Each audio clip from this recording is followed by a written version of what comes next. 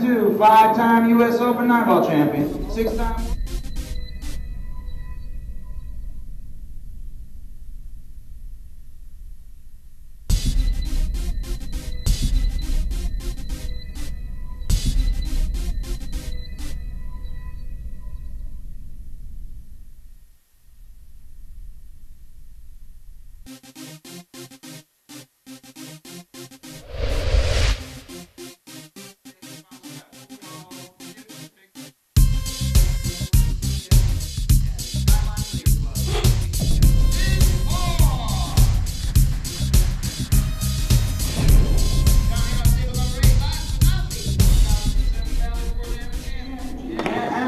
All right, ladies and gentlemen, welcome back. We are actually going to be watching a match between Al Lapena and Mike Davis here on the TV table.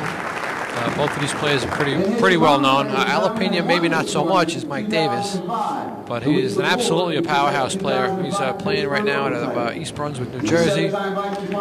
He's got a lot of accomplishments under his belt as well. You know, he came in here from the Philippines. He was actually originally from Manila in the Philippines. He came here in '93, became a citizen in '98.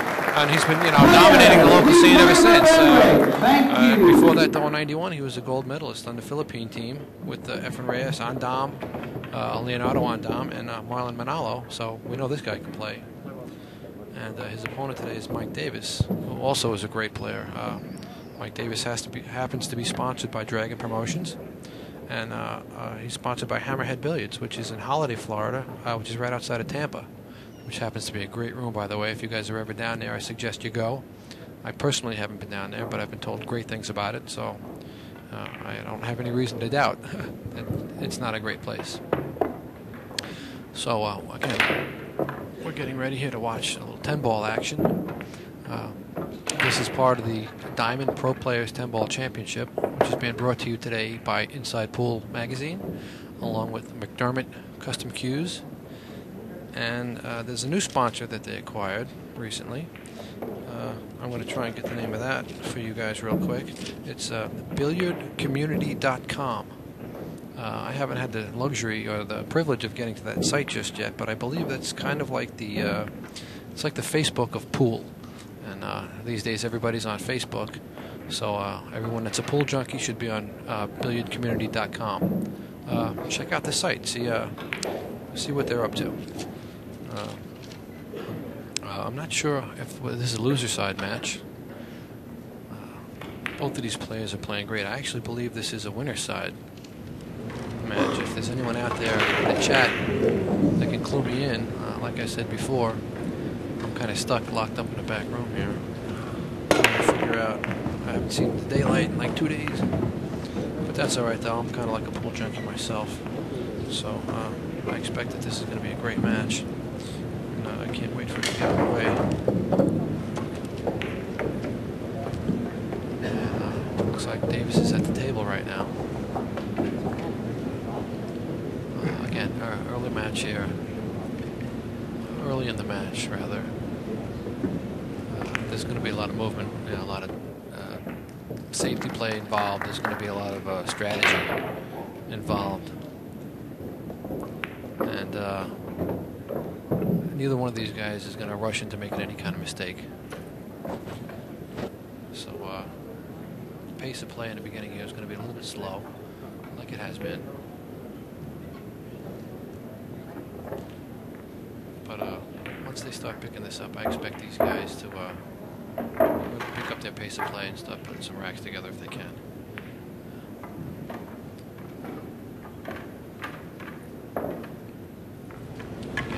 Watching the Pro Players 10-ball championship. Valley Forge Convention Center, which is home to the Allen Hopkins Billiards Expo. You're actually witnessing some of the best players in the world here because we do have an international field. Thorsten Holm came down from Germany. Ralph Eckert was from Germany. Again, we have some other foreign players in here. And if you have the opportunity to get down here and watch some of these matches, you really owe it to yourself to come down here and watch. Mike looks like he's going to play a jump shot right here. And looks like Lapena, I'm sorry. Probably going to try and play the left side of it and get tucked underneath. Yeah, he wanted to try and get tucked underneath the 10. But he left Mike a long cut shot up the rail past the 3. Yeah, it looks like if he can put down the 1 ball and maybe come across table twice. Maybe to play that 2 ball in the corner pocket where he's standing. That might be a good choice. The cue ball naturally wants to come up that side pocket. So he's going to force this 2 rails across, perhaps. He's going to try and get on that 2 ball in the corner pocket here, I think. That would give him the best chance to get out. That worked perfectly for him. He hit that a little bit harder than he wanted. He got himself out of line. He'll be able to play that 2 ball on the corner, and if he can stop it, he's looking for that field goal position between 6 and 8, which is a small window. He might be better off. He might kind of be stuck at this point. He might have to play that position. I don't think he wants to roll forward. You know, to give himself a shot, kind of between the 10 and 6. He doesn't want to go down towards that corner pocket. And I don't think he wants to draw a cue ball back to the end rail with spin to get on that 3. So he might opt to play safe actually right here. He does have an open shot, you know, but getting position on that 3 is what's going to be the problem. That's going to be the problem right here for him. But he's going to figure out what shot to play, and by all means he's going to play the correct shot. Looks like he's going to try and stroke this back and throw up 1 rail.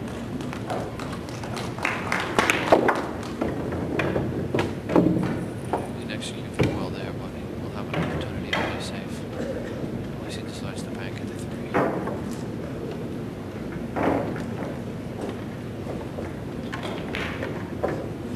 If he banks at the 3, he's going to draw the cue ball up the rail towards the 4. He might have to get lucky with a little nudge on that 4 ball. Maybe he'll push it down the rail.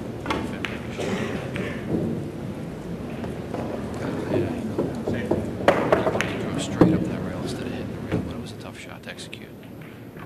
So now he's kind of in a bad spot. Lapena's thanking himself right now. Thanking Mike Davis for that. He's probably going to get to the table. Mike's got a couple of options here. He can play 1 rail down here to the short rail and up into the 4. It's a tough hit, and it looks to be a sellout if he doesn't make it. He can come 1 rail across, which looks like he's going to do. That's not a bad shot because either side of the 4 ball, if he comes off either side, he has the potential to use the 10 and the 9 as blockers. That's what he's going to do right here. He's not going to hit this too hard. And he missed it though. Yeah. Going to hit it very thin. He was trying to hit this, you know, that side of the 4 ball, obviously, to give himself a good position on a safe. But now he's coming to the table, 1 ball in hand, and he pretty much has a wide open table. It looks like the 6 ball does go past the 8. If it doesn't, based on where the 5 is, if you get straight in, you can roll up and play the 6 in the corner near the 7. It definitely goes past that pocket. Or you can roll up now, play the 6 ball in the opposite side pocket. Let me know if you guys can hear me. I get the feedback that says they can't hear me. Turn the mic up. I'm trying to talk quiet because we're right on top of table number 8. Yeah. All right. So I'm going to turn the mic up a little bit. I'm going to adjust that. Yeah, the camera mic is on. See, the camera mic that was supposed to cut out. But let's see if we can fix those issues real quick. And again, I am talking kind of soft because I don't want to be interfering with the players on table 8. And as I'm discussing that, Lapena is running out the table right here. And it looks like he's going to take a quick lead in this match. Again, we kind of discussed how important it is to get that first game.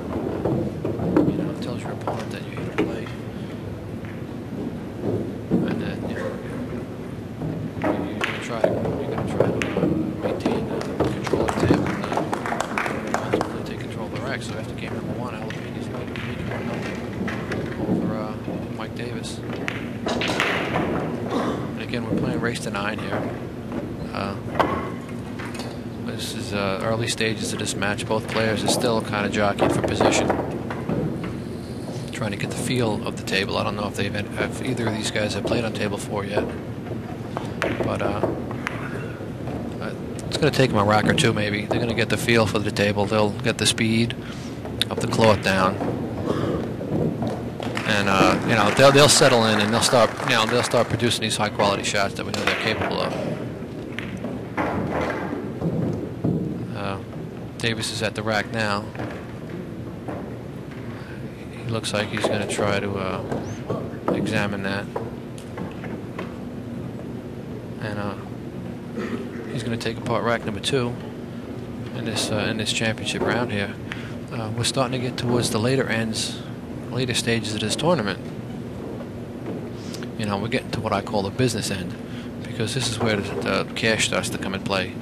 Not only are these guys trying to play and win another match, they're trying to grab that cash too, because the deeper you go into the event here, obviously the more cash that's up for grabs. They want to get a bigger piece of that cheese. And I think they're playing for 10 grand, I think, is their first place, $20,000 added event. And it's not a bad chunk of money for a weekend's play. So right now we're going to watch Mike Davis take this rack apart. And we'll see how he does with the break. Looks like the 8's going to find that corner pocket. Actually, that was the 4 ball that fell in. I believe that was the 4 ball. He does have a shot on the 1. Well, actually, I don't know if it goes past the 9. But he's got a good safety play right here. He'll play it up table and play the cue ball right behind that 7. He's going to try and give himself an opportunity to get ball in hand real quick and clear up the rest of this rack. Nothing really is congested. The 3 and 9 are tied up, but he can play a combo based on where the 2 ball is. Getting position for that combination is going to be pretty simple for these guys. Or if he gets on the other side, he can play a carom into the 9, putting the 3 ball towards the opposite side, the opposite corner pocket. So I think he's just going to roll this up on the 7. That was a good shot. Now Lapena's got to play a 1 rail kick. He's got to be careful a little bit, because he can actually play 2 rails and scratch off the 1. He might be able to scratch, if he plays the 1 thin enough, he might be able to scratch off the 9. But if he plays like a 1 rail kick at it, he can make the 1 straight in, he can make the 1 off the 9. He might be able to bank the 1 2 rails behind the 9. So it looks like he's going to go 1 rail. And we'll see how he hits it. He did decide to go 2 rails, and he actually missed it. And he made the run out a lot easier for Mike Davis now by breaking out that 9 ball. The one issue that he did create, though, is now actually the 6 ball is blocked by that pocket. But I think that he made the 4 and 5 on the break, so if he makes the 1, 2, and 3, he can stop there, play the 6 up table, and just drift up to play the 7 ball past the 10. I'm looking for Mike Davis ready to take this rack and tie this matchup to a piece. Now you realize that they still have to play. You still got to make 7 balls here, but for a player of Mike's caliber, playing these balls here, they're pretty laid out pretty well. It's almost like a roadmap. You know, 1 ball is going to lead to the next, and it seems to be like a simple layout. He doesn't really have to do too much with the cue ball. A little bit of a stop shot here, 1 rail above the 9, come off the rail 6 inches, play the 6 up table, roll up for the 7. 8 is going to go in the corner near it, 9 is going to come down here, and the 10 is going to go up in the upper right hand corner. He might just decide to draw this back a foot instead of hitting that rail. Yeah, perfect shot. Mike Davis plays great. I mean, you guys know Mike Davis. He's been a driving force on the East Coast for a while, and I believe his nickname is Iron Mike. The guy puts a lot of miles on his car. You know, he's a dedicated player, and he commutes to a lot of tournaments. And, he's been making a name for himself. He's won, I believe he's won the Reno Open twice, actually, 2003 and 2008. He's been a champion of that, and he was also the 2009 Florida State champ. Mike has tons of Blaze Tour wins in the Upper Northeast. He's a strong player, and Al's got to pay attention to what he's doing, because Mike is going to pick up his pace during this match, and if Al's not too careful, he's gonna roll right through him. But again, we're still in the early stages of this match. It can go either way, but Mike wants to put these two balls down and tie this match up. He does not want to give Al the opportunity to start building a lead. You know, because we discussed this all weekend. It's alternating break format, and if you get stuck 4 or 5 racks, you know, in the beginning of the match, you have a better chance of catching up, obviously. But towards the later stages of this match, alternate break, if you're down 2 or 3 racks or so, you can't catch up, because the other guy's going to get his chance back at the table. And Mike runs that rack out nicely. So after 2 racks, we are tied, 1 game apiece. Again, we're going to be here for a while. It's going to be should be an excellent match, and it should be a close match. You know, most of these guys play at the same speed. You know, and whoever seems to catch a gear first is going to win this match. But you know, both players play good, and I expect it to be a good match until the very end. Neither one of these guys are going to quit. You know, there's no give up in either one of these guys. So we'll see how this match progresses. Again, I'd like to give a shout out to our sponsors who are providing this live coverage for you guys. That's Inside Pool Magazine and McDermott Handcrafted Cues, and I believe also BilliardCommunity.com is part of their sponsorship. And Lapena just broke off. He made a good break, but he scratched in the side. He's going to give Mike Davis a good chance here to run some balls and get out. So he's going to plot his way around the table real quick, and we're going to see how he gets out. The 5 is tied up a little bit. The 4 ball went in. 7 ball's kind of tied up with that 10. I wouldn't be surprised if he played the 1, 2, and 3 and got position on that 5 to play it safe. Maybe if he gets down this end of the table, he can roll that 5 ball up past the 10 and lock him up on the 7 or the 10 ball. Because breaking out that 5 or 7 right now to clear up the table a little bit, that's going to be his task. And we'll see how he ends up doing.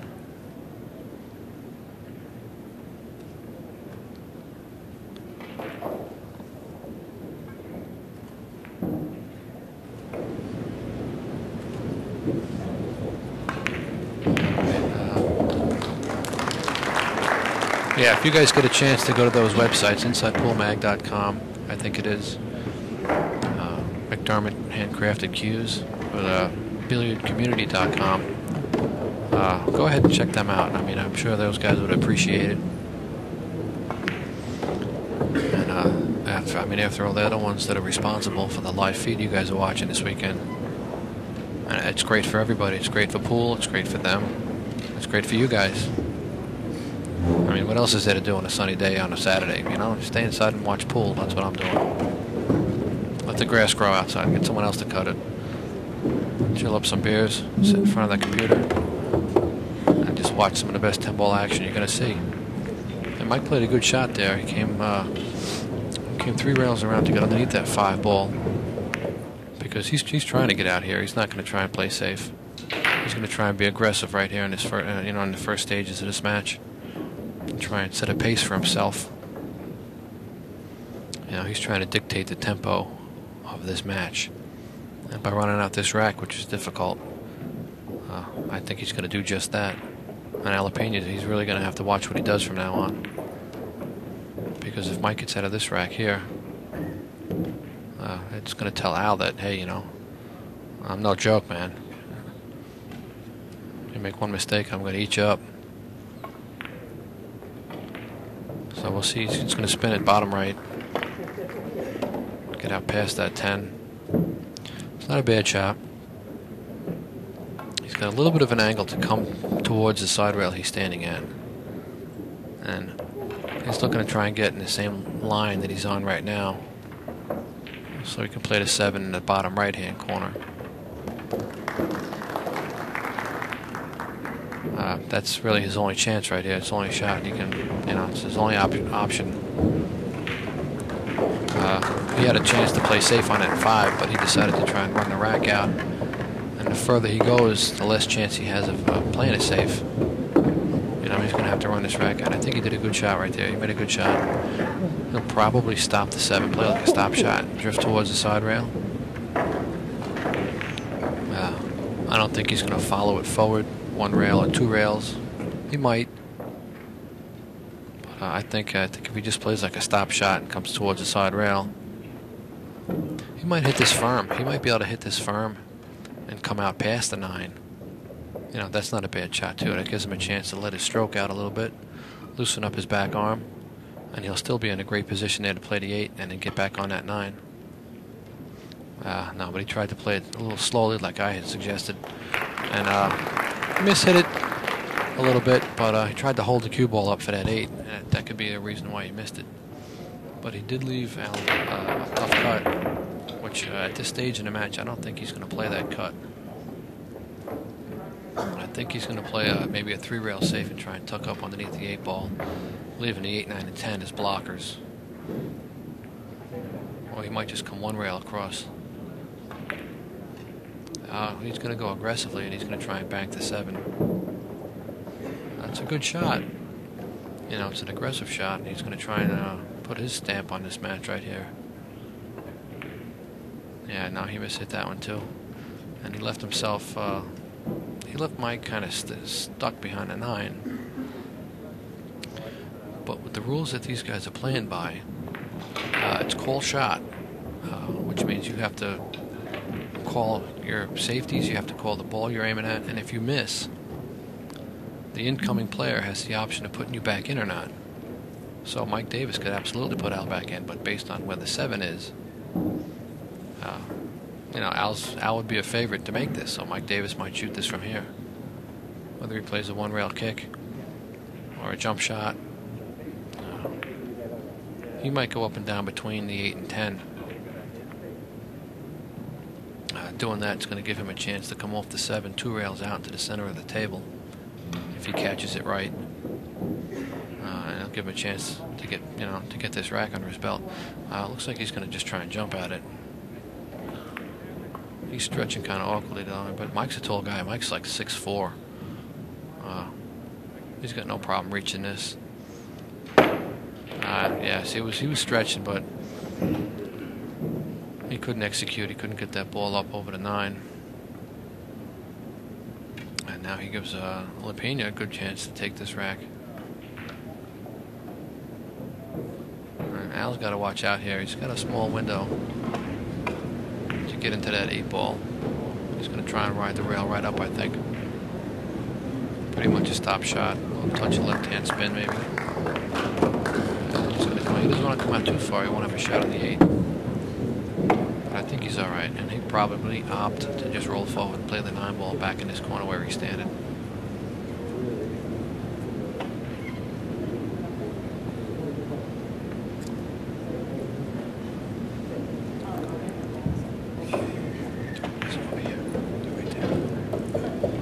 Looks like he's trying to draw this ball. He's going to try and do maybe hit the 9. No, he just played a stop shot. That was a good shot. Looked like he was going low on that cue. And again, he'll just roll forward a little bit and probably play that 10 ball in the same pocket.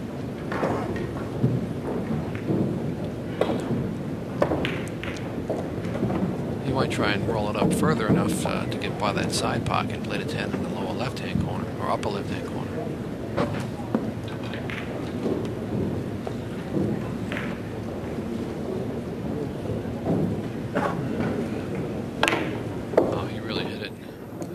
Past the 10 and play it aside, I think.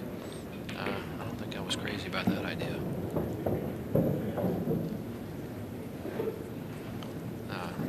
edge of the 10. And now he's got a much harder shot. Close to the rail, he's got to cut it in the side or the corner. So he put himself in bad position right here. He's got to pay attention to what he's doing. He's got to focus on this ball.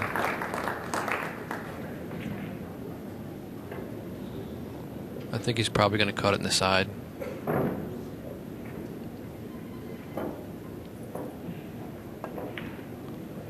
Yeah, and he missed it. You see, he went from an easy win. You know, he was going to take the lead in this match, and all of a sudden, looks like Davis is going to go up 2-1. And yeah, that was. I think he should have just stopped the 9 and took the cut on the 10 ball. He tried to force something, and it cost him that game. So Mike Davis is going to go up 2-1 against Lapena in this race to 9. And while they're racking him, we're actually going to take a few seconds to go to a commercial break. So we will be right back. Don't go anywhere, okay? Since 1975, McDermott Cue has consistently raised the performance standards for what billiard players expect from a high-performance cue. Introducing the highest evolution in shaft technology.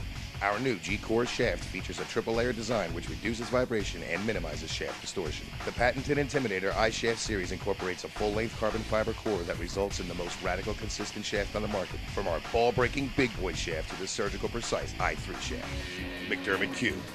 Hardcore performance for hardcore players. Since 19 Shark Bite Classic, May 15th and 16th at Hammerheads Billiards in Holiday, Florida. Introducing the McDermott Gambler Pro Tour. The premier Southeast Billiards Tour. Florida, Georgia, Alabama, Mississippi, Louisiana, and Tennessee. Thousands to be won. Open 9-ball, amateur 9-ball, ladies 9-ball. Log on to gamblerprotour.com for more information. Don't miss playing in these spectacular events. The McDermott Gambler Pro Tour. The McDermott GPT Shark Bite Classic, May 15th and 16th at Hammerheads Billiards in Holiday, Florida. Introducing the McDermott Gambler Pro Tour. The premier Southeast Billiards Tour.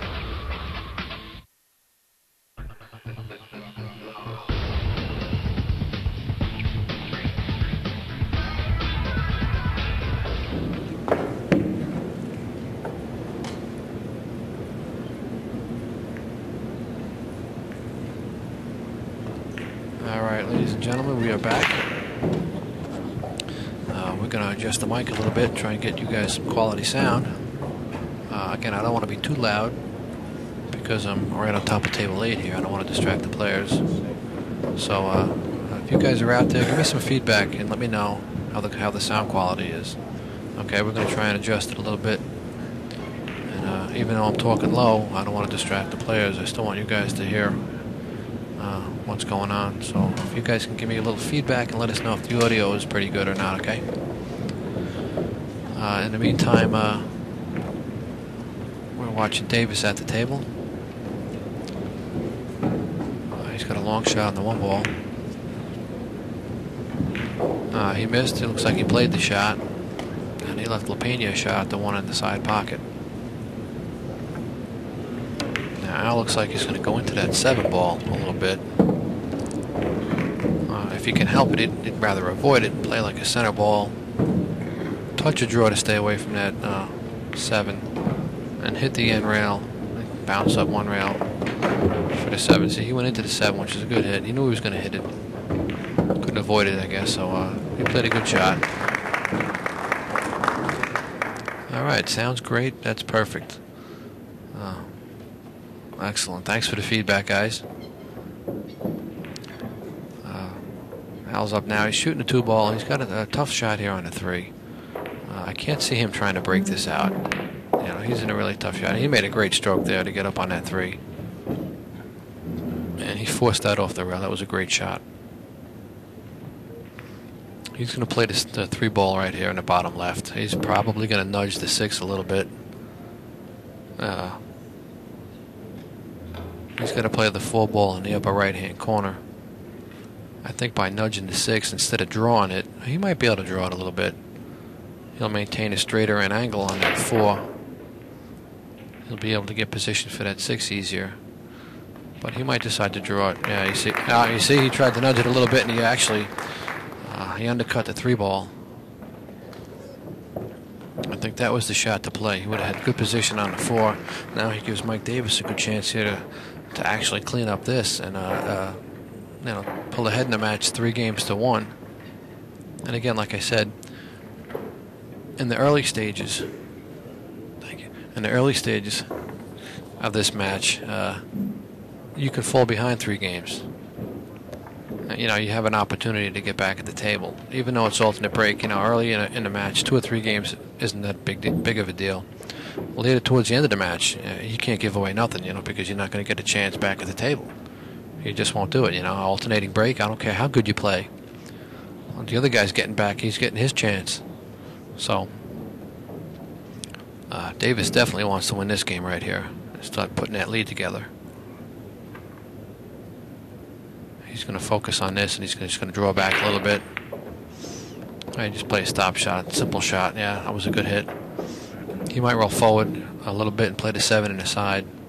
And again, another thing that does, if you build up a big lead in the beginning of your match, it's going to help you because you might stumble, and you guys might start making mistakes. That happens. And if you don't have that big lead in the beginning, when you start making your mistakes, you got nothing to back you up. If you got a 4 or 5 game lead on a guy and you start missing balls, at least he's got to do something now. He's got to win 4 or 5 games to catch you, and that gives you a chance to get back in stroke and to win the match. So Mike's got a little bit of an angle on this 7. He's probably just going to roll it inside. He's going to give himself a little bit of an angle to come off the rail on the 8 and play the 9 in that corner pocket.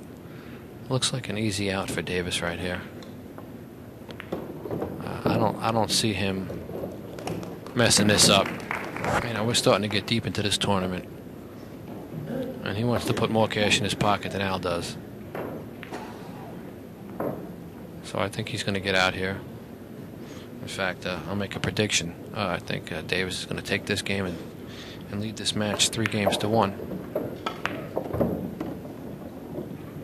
And of course, as soon as you say that, someone usually misses on you and makes you look foolish. But I think Davis is capable of handling these 2 last balls. He got a little straighter than he wanted, so he's going to draw straight back and play a 10 ball in that same pocket. Oh, he did have an angle. Okay, he had an angle. He tried to punch it up the rail a little bit. Came up a little short. I don't think he'll have a problem with this 10 ball. This is the type of shot Davis has shot probably 1,000 times already, over 1,000 times. So he's confident he's going to make this. Nice shot, nice execution there, and Mike Davis is now going to lead this match 3 games to 1 over Lapena. So after 4, Mike Davis is up 3 games to 1. Again, it is a race to 9. We are playing a call shot. A lot of people aren't familiar with those rules. Instead of like a 9-ball rack, where if you luck something in, you keep going, or if you luck a guy safe, you get a benefit to that.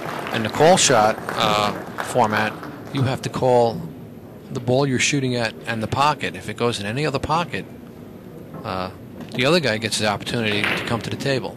If you play a safety and something goes in, you don't continue shooting.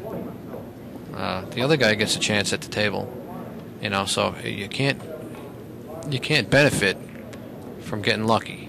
And that's the way it should be, because you really want to see these guys compete, and you want to see the best player win. You can't luck out a set on the guy.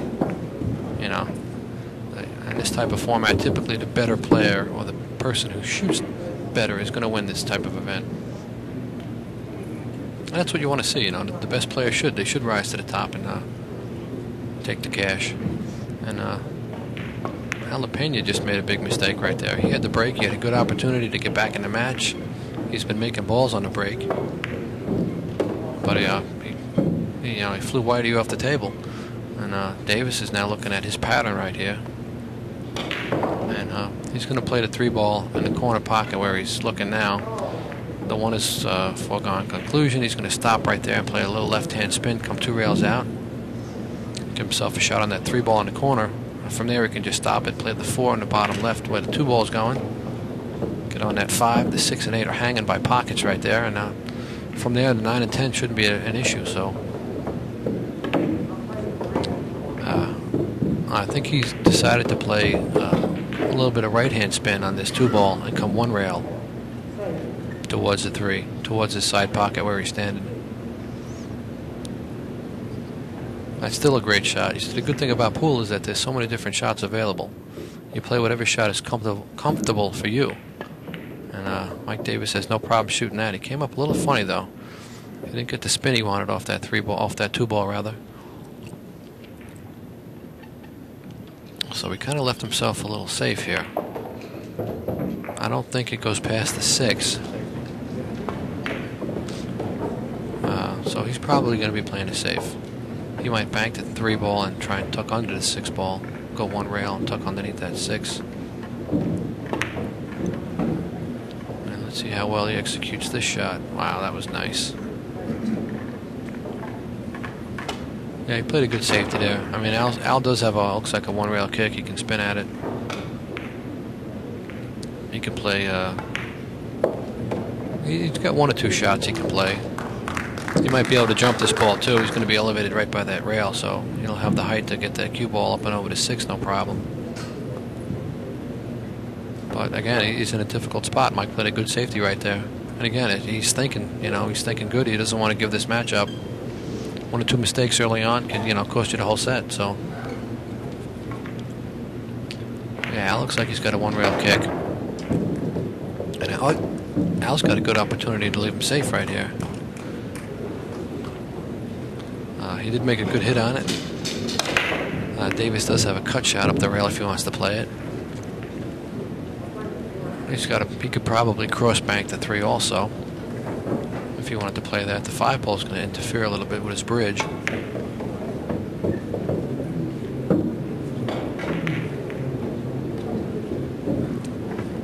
So he's going to figure out what he wants to do right here.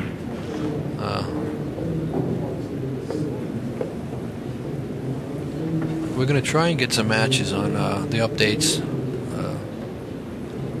Dale Gould, but I'm the only guy in the booth at this time right here, so I can't leave. I'm going to have to try and send out one of my scouts to try and go out there and round up some scores if I can. But we'll try and get some of those updates to you a little bit later on. Looks like Mike's going to play it safe. He might play a spin shot off the 3. See, he did decide to cross it. That was a great shot. He got fortunate though. He hit the 10 and gave him good position on that 4 ball. He had to let the cue ball run a little bit. And I think that 1 safety that he played on Lapena is going to pay off, it looks like, because if Mike can take down this game right here and get himself ahead in this match 4 games to 1, it's not too often that you're going to see a comeback from being down, especially alternate break format. I don't know if you guys were watching yesterday, but if you were, man, you guys were treated to something very special, because Earl Strickland put on one of the most impressive come-from-behind wins that we've seen in a long time. John Schmidt was up 6 to 1, and things started to change right then, and Earl got some momentum. He got some breaks. John scratched a couple uncharacteristic mistakes on his part. And Earl, man, he scratched and clawed, and he climbed his way back into that set, and he took the hill 8-6. And John was able to put down 1 more rack in that set, but that was about it. And then Earl Strickland took the match from him, trailing 6 to 1. He went on quite an impressive 8-game. He beat Schmidt 8 to 1 after that. If you guys saw that yesterday, you guys know what I was talking about, man. He played a great match to come back and win that set. But Mike's going to play bottom right 2 rails. Natural position on that 9 ball. He got pretty good on it. I think he's just going to stop right there and play the cut on that 10. I don't think he's going to force anything here. I wouldn't from here. I think I would just cinch this.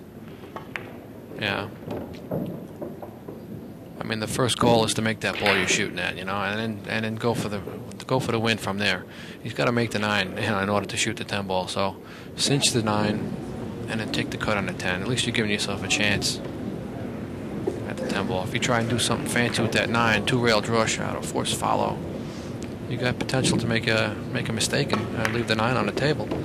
But Mike knows better than that, and he played a great shot, and he's up 4 games to 1 now. He took that last rack after 5 games. Lapena is now trailing 4 games to 1. So, and Davis has the break. So that one good safety that Mike laid down on that 3 ball, you know, really paid off big. He's got big dividends for that because he won that rack, and now he's at the table again. He got a chance to put 2 racks quick on Lapena and take a 5-1 lead. But we'll see how that goes. And Lapena, I'm sure he's not giving up by any chance, by any means. He's going to fight this game out. You know, he's going to fight it out to the very end. You know, yeah, there's no quit, and these 2 guys. But if you look at the stats, Mike Davis is shooting 900, which is very good, and Lapena, yeah, appropriately is shooting 700. You know, I mean, he's a better player than that, and that number is going to pick up, and he's going to have to pick it up if he wants to beat Davis. So Mike Davis is getting ready to break off rack number 6 right here. And he's got a great break, Davis does. And we'll see how he executes the break right here. He wants to put maybe down that 4 ball. He did get a nice kiss on that 3. And that 10 ball came close to going in that side pocket, man. We've seen that more than once this week. A couple of players have made the 10 ball in the side pocket or the upper corner pocket, which is kind of rare, but hey, it does go in. And now Davis is looking at that 10. He might take a swing at it right now. Then that 1 ball, cue ball naturally has to go up in that direction. I don't think he will, though. He might choose to bank the 1 out of there and put the cue ball, a little bit of left-hand spin and come up behind that 9 ball. Give himself a nice big wall of balls behind it, 7, 5, 6, 2, and 9.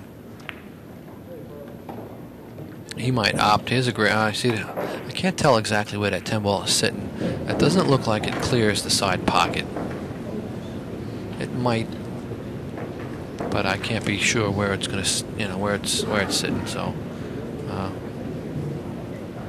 we'll see what Mike decides to do here. Yeah, he went for the safety route and he played out. He executed that pretty good. And now Al's going to have to play a 2-rail kick shot. And again, he's going to have to hope he gets a good leave after this. You know, see, Mike's safety game is dead on right now, and Lapena, if Mike continues this type of safety play, Lapena's looking at a long, frustrating afternoon here. Again, I expect he's going to make this kick. He'll hit it, but then again, it's just, you know, there's not much to hide behind on that end of the table. So I think Davis is going to end up with a shot after he makes contact with this. And he tried to thin it, and he actually missed it. So he's going to give Davis a good chance here to do some more damage. Now it looks like the 4 and 8 are down here. Got the 1. Yeah, good shot for Davis right here if he wants to be aggressive. Again, depending on where that 10 ball is sitting. He can play the 1 ball in the side pocket off the 10 and then force the cue ball down table so that he can play the 2 ball in the side pocket off the 6 or the 5, breaking that out. I mean, it's a little bit of an aggressive move right here, but you know, he's up 4-1. He might want to play aggressively and try and give himself a bigger lead in this match.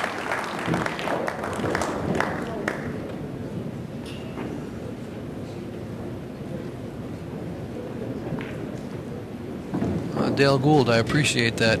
My name is Mikey Fingers. And my last name is actually Bad Stubiner, which is kind of difficult to pronounce. So everybody knows me up here in the Northeast as Mikey Fingers. So Mike Fingers. But I appreciate your. I appreciate the feedback. I'm trying to do a good job for you guys.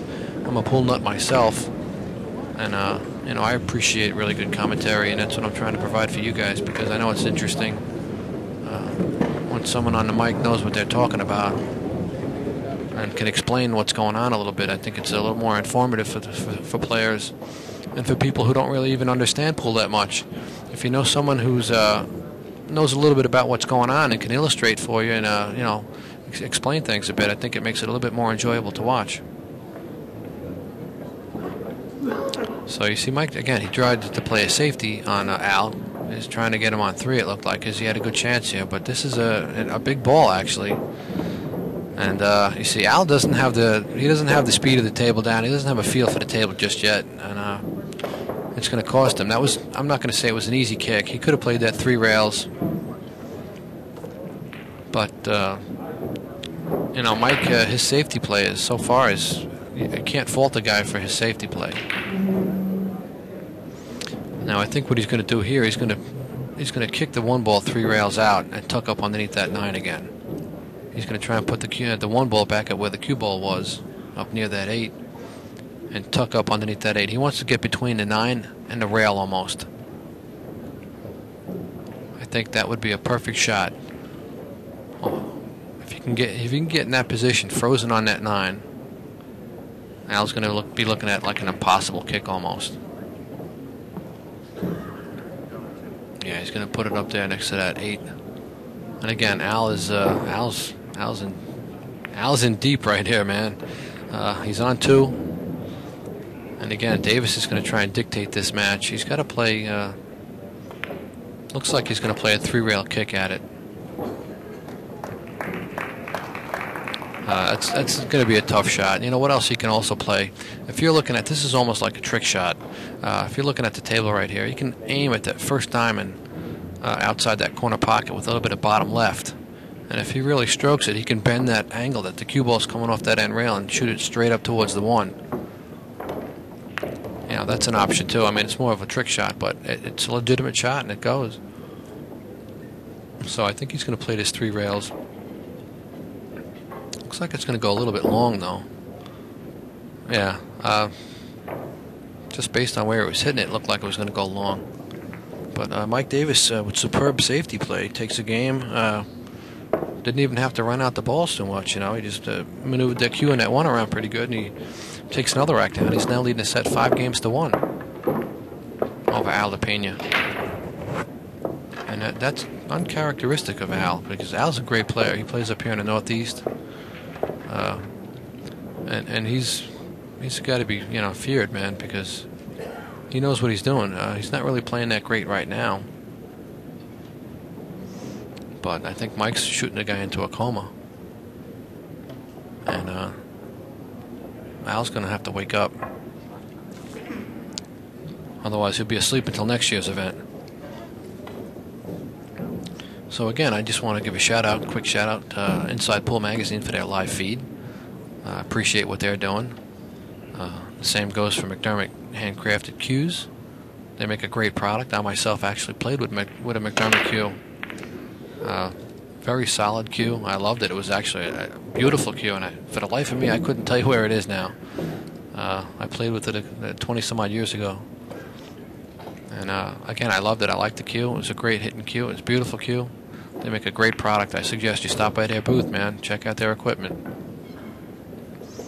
They got some serious cues. So Al Lapena's at the table now, and he's got a good opportunity, to start crawling back into this match. He left himself a little funny on this shot. He didn't really want to hit that 8. Now his angle's going to bring him closer to the side pocket, to that side rail rather. But see, he's going to end up being on the wrong side of this 4 ball. Now, if he gets close to straight in on the 4, he can draw it up between the 6 and 7, which I think that's what he's going to try and do. He's just going to draw back about 6 or 8 inches, maybe a foot or so. All right. I don't know if I agree with what he did there. I think he just tried to cinch the ball, number one. You know, he wanted to make sure he had a shot on the 4. He's going to have to try and come off that rail and kiss that 7 ball, and then hug the rail up table to give him a shot. I don't think he can draw above the 7. He's going to go into it one way or another, and he's got to be careful he doesn't come off that 7 and scratch. He can't hit it too hard that he comes off the 7 and scratches in the corner either. That side pocket's big and that corner pocket's pretty big. He played a good spin shot, but he didn't make contact with the 7, so he didn't get a chance to ride up that rail a little bit. And he's paying a price for it now. He's stuck right up on the 8 ball.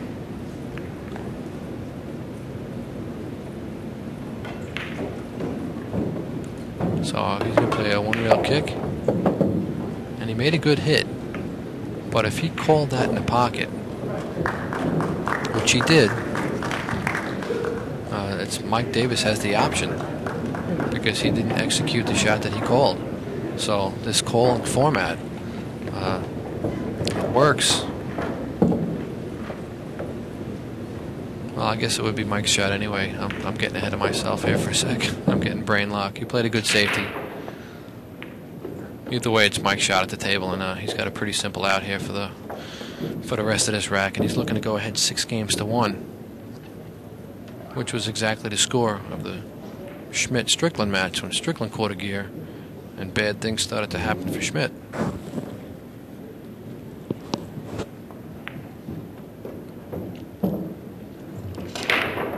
So I think Davis here is just going to stop this a little bit. Drift across table. Now he's pretty straight in on the 8.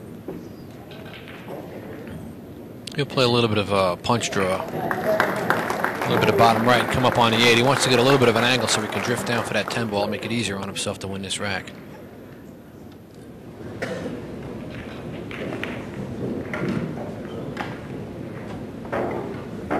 He's just going to draw this back. I don't even think he's got to punch it at all. He's just going to draw it straight back. Got himself a little straighter in on the 8 than he wanted, I think. Because the cue ball is naturally going to want to draw right back towards the 10 ball. You see, if he had more of an angle, he wouldn't have to draw at all practically. He can almost play a stop shot, and the cue ball would drift naturally towards that side pocket, giving him a shot, but he got straighter than he wanted. He's going to have to force this one, a little bit of bottom left. I see he decided to come straight back. He had less of an angle than I thought. So he got pretty good on that 10 ball, and I think he's going to win this one. I'm going to go up, chalk him up for a win right here. He's going to be leading this match 6 games to 1.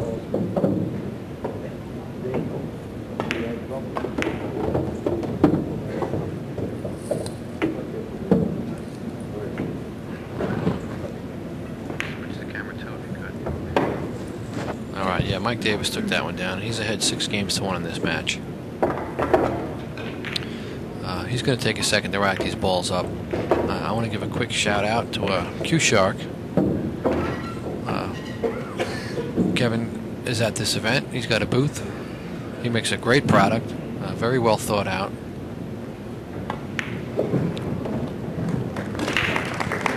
It's a solid product, you know. It's a tip tool. It's an 8-in-1 tip tool.